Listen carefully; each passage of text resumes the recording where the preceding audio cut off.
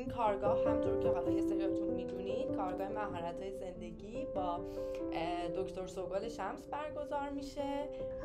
ما اگر بخوایم باورها رو به یه چیزی تشبیهش کنیم، به قول دکارت میگه باورهای ذهنی ما مثل سیب میمونه.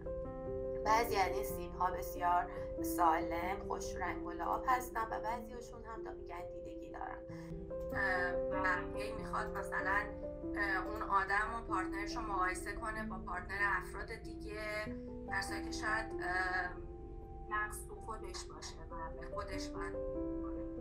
من به نظرم فرهاد خیلی بیشترین حس رو میتونه داشته باشه، چون که حتی نمیتونه اون حسی رو که داره منتقل کنه. یعنی شاید طرف مقابلش میتونه باهاش صحبت، چشمش به نگاه پدر یا لبخند پدره که آیا اون رضایت رو میگیره.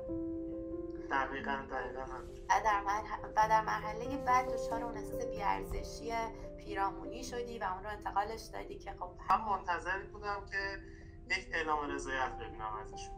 یعنی اصلا به این نگاه نکردم که خب پسر تو داری بعد از 24 ماه، پیش از 24 ماه تلاش کار خودتو میبینی و به نقطه خوب و قابل توجهی هم رسیدی.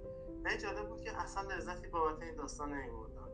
بارها این جمله از اطرافیان شنیدم که به قول سانا جان دختر قوی هستی، توانمندی، ولی همچنان فکر میکنم که نه نیستم اینجوری که بقیه فکر میکنن نیستم. من از همین جایی که نمیتونست سانا جان گریه کنه و چون فکر میکرد که معتقد بود که اشکش رو هر کسی نباید ببینه.